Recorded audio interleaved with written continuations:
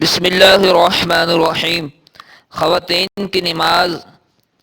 Point number 1، خواتین کو نماز شروع کرنے سے پہلے اس بات کا اطمینان کر لینا چاہیے کہ ان کے چہرے، ہاتھوں اور پاؤں کے سوا تمام جسم کپڑے سے ڈھکا ہوا ہے۔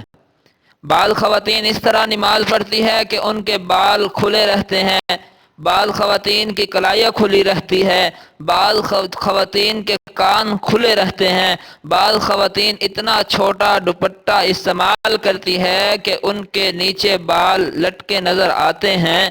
یہ سب طریقے ناجائز ہے، اور اگر نماز کے دوران چہرے، ہاتھ اور پاؤں کے سوا جسم کا کوئی عضو یعنی کوئی حصہ بھی چوتھائی کے برابر اتنی دیر کھلا رہ گیا کہ جس میں 3 مرتبہ سبحان ربی العظیم کہا جا سکے تو نماز نہیں ہوگی، اور اس سے کم کھلا رہ گیا تو نماز ہو جائے گی مگر گناہ ہوگا۔